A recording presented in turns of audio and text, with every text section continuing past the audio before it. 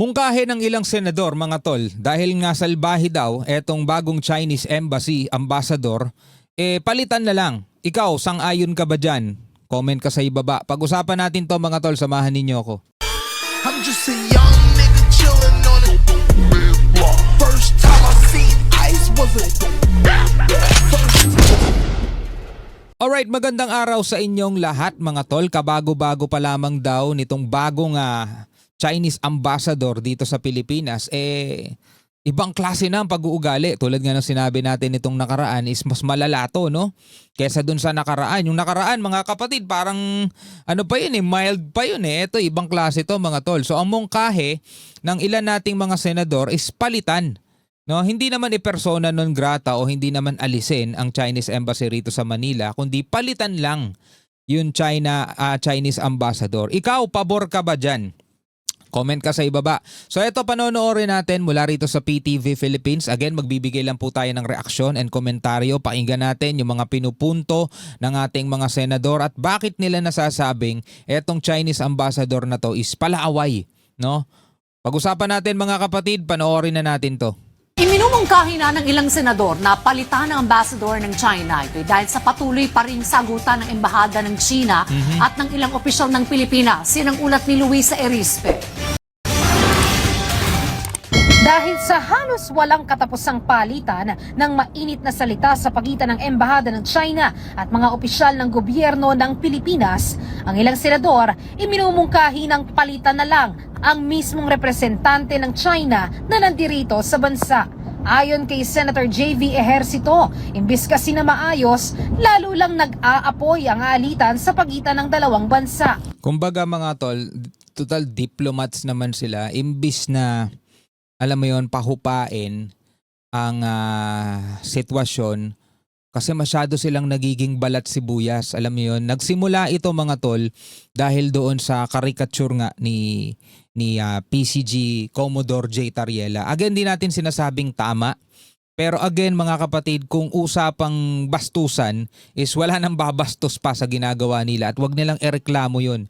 Dahil nasa caricature lang tayo na tipong parang nilagpasan na ng caricature na yon lahat ng ginawa nilang kasamaan dito sa ating mga barko, mangingisda. Kumbaga yun yung talagang pinuputakte ngayon yung caricature na yon na sinusuportahan din naman ng ilang mambabatas at senador natin dito sa Pilipinas. Sinasabi nila, oh yes, pinagtatanggol natin ang bansang atin ng soberanya natin, pero mali pa rin si Commodore J. Tariela, di ba? Sabi nilang ganon mga tol. So ngayon, etong Chinese Ambassador is masyadong balat sibuyas nga. Maging yung mga tugon ng ating ilang mambabatas dito sinasagot talaga nila, no? At sinasabihan nila ng kung ano-ano mga bagay. Damage na nga because of the situation in the West Philippine Sea right now.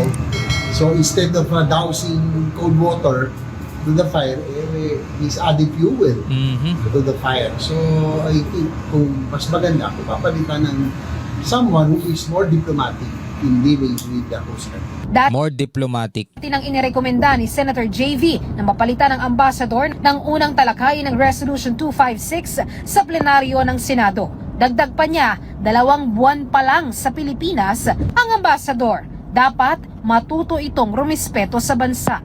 Sabi ko nga, exhaust all diplomatic means, kailangan madaan sa pag-uusap. Hindi naman natin kaya ang China, superpower sila, third world lang tayo. But we just have to make a stand and fight for what is duly ours. And sabi ko, sovereignty natin, it's worth it. Si Senator Raffy Tulfo naman, sang-ayon din kay Ejercito. Masyado umanong sensitive ang bagong Chinese Ambassador. Yung Chinese Ambassador, mga tol, yung bagong Chinese Ambassador, iyakin masyado. No? Matapos nilang mga water cannon sa dagat, matapos nilang mga palayas ng ating mga barko ng mga mangingisdang Pinoy, matapos nilang sindak-sindakin, nag-iiyakan sila sa isang caricature na akala mo aping-api sila. Di ba? Samantalang ginagawa naman ng mga media nila yun. O, sinasabi ng mga tagapagtanggol, bakit? Media naman nila gumagawa nun hindi naman official nila . Diba? Hanggang ngayon mga tol, hindi pa rin nila naiintindihan ang kalakalan ng palakad dito sa China. Hindi pwedeng maglabas ng kung ano man ang media nila nang hindi suportado o hindi basbasado ng kanilang gobyerno. So parang ganun din yun. Lahat na sinasabi ng kanilang opisyal hindi rin pwedeng hindi sang-ayon sa kagustuhan ng CCP. Komunista nga yan eh. Hindi nyo ba naiintindihan yun? Huwag nyo nang ipagtanggol. Sinasabi nila yung mga caricature naman na inilalabas ng mga social media nila media naman yun, di naman mga official yun. Pero may basbas nga yan ng gobyerno nila kasi nga nakalagay nga 'di ba China state-controlled media, kontrolado nila yon. Pag naglabas yon nang hindi sila sang-ayon o nang hindi sang-ayon yung kanilang gobyerno, malilintikan sila. Iba dyan mga tol, walang freedom of speech dyan. Hindi ka pwede basta-basta magsalita ng masama laban sa gobyerno nila. Hindi katulad dito, di ba? Kanya-kanya, may mga bumabati ko sa gobyerno, may mga kumakampi sa gobyerno, nakakapag-rally sa kalye ng okay lang. Sa kanila mga tol, may kahigpitan dyan, CCP yan eh. Nakuha pa nilang maging sensitive? Come on. Dapat kung gaano kakapal. Come on! Bakit nagpipigil ka, Senator? Sa iba, talagang inaano mo Hindi, baka ayaw na lang dagdagan ni Senator Rapi yung, alam mo yon yung init, no? Pero, bad trip na rin no? Kung gaano kakapal, tapos pinigilan niya yung sarili niya. Dapat kung gaano kakapal. Itong isa, masyado siyang sensitive and aggressive at the same time, parang balat sibuyas, and agresibo siya sa kanyang mga aksyon. Hindi lang naman anya Pilipinas ang magbebenepisyo kung mapapalitan ng Chinese ambassador, kundi ang mismong relasyon ng China at ng Pilipinas. Totoo.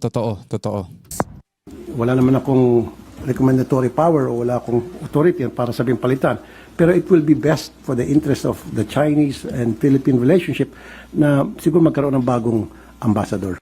Nang tanungin naman si Senator Raffy kung tingin niya ba dapat ng mga elamang Malacanang sa issue, hindi ito diretsahang sumagot. Pero masasabi niyang sumosobra na talaga sa ngayon ang China.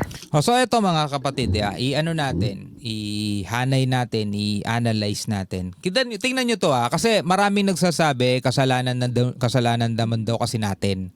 Sige, ang pinupunto kasi nila mga tol, etong ginawa nga ni Commodore J. Tariela. Sige, sabihin na lang natin ginawa ni Commodore J. Tariela yon.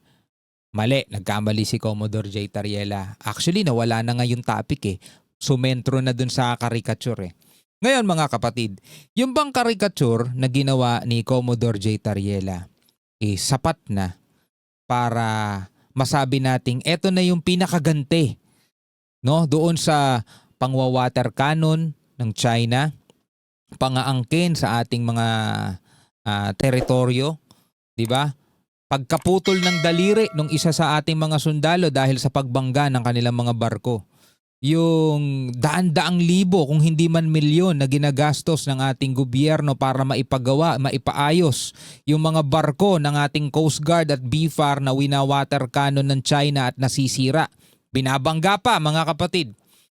Yung caricature ba na ginawa ni Commodore J. Tariela sobra-sobra na bilang ganti doon sa ginawa ng China o patuloy na ginagawa ng China sa atin, sa mga mangingisda natin na naaapektuhan yung hanap buhay. Kasi maging yung ating ibang mga senador, mga tol, doon nakafocus Doon nakafocus mga tol sa caricature. Samantalang hindi natin sila naririnig na kinukundina yung ginagawa ng China na pangwawater cannon, 'di ba? Pagre-radio challenge, 85 nautical miles ang distansya mula sa Bajo de Masinloc, sinasabi na agad ng China warship, leave immediately. Pinapaalis na tayo mga tol. Yung mga Coast Guard natin, hinahabol, binabangga yung mga mangingisda natin. Minsan natatakot na pumalaot, apektado na yung kanilang mga buhay.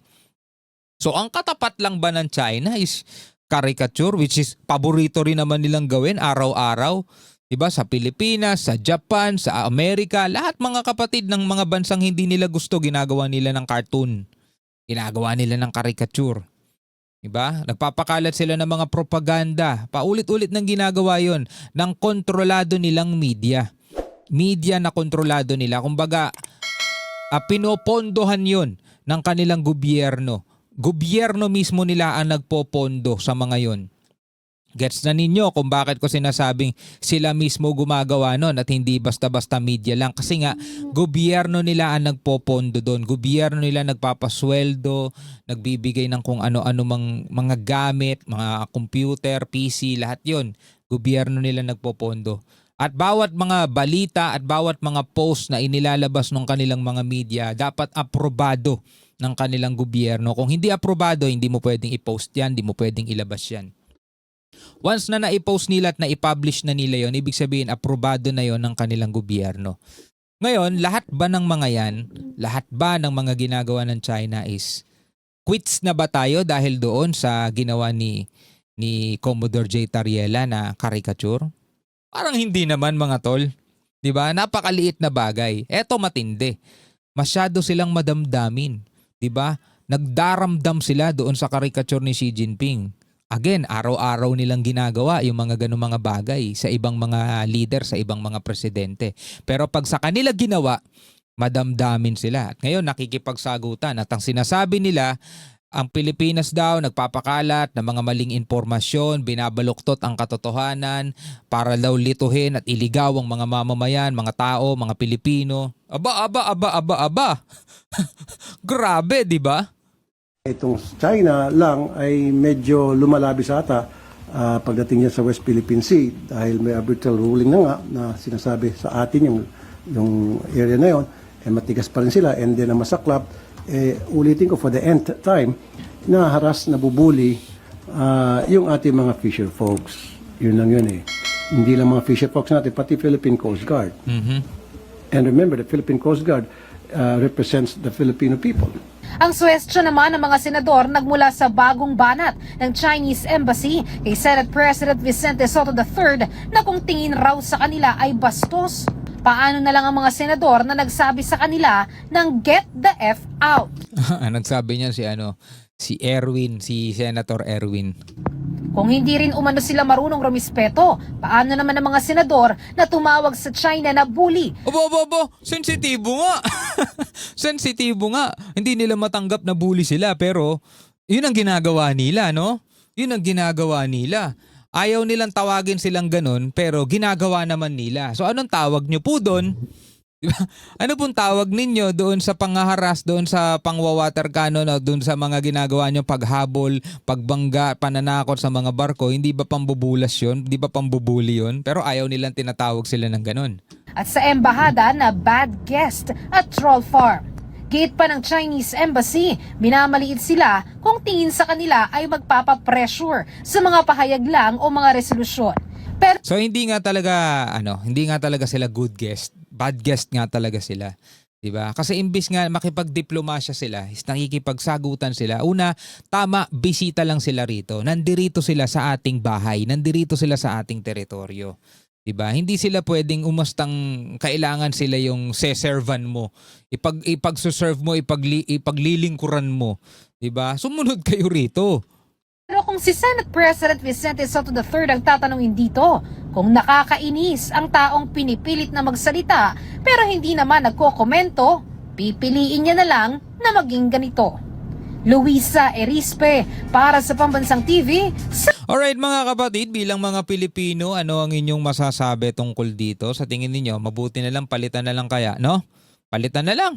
Anyway, maraming salamat sa lahat ng ating mga bagong followers, no? At mga sumusuport at nanonood, sa mga nagkukomento at mga nabubuksan na ang ating kaisipan nila about sa totoong ipinaglalaban ng ating bansa. Huwag muna tayong tumalon doon sa tungkol sa coordinates o tungkol mismo sa mapa ng Pilipinas, kasi ang totoong problema mga tol, may mapa man tayo o wala. Bastos talaga yung mga yan eh. Hanggang sa muli, ako nga pala si Shobal D. Peace out.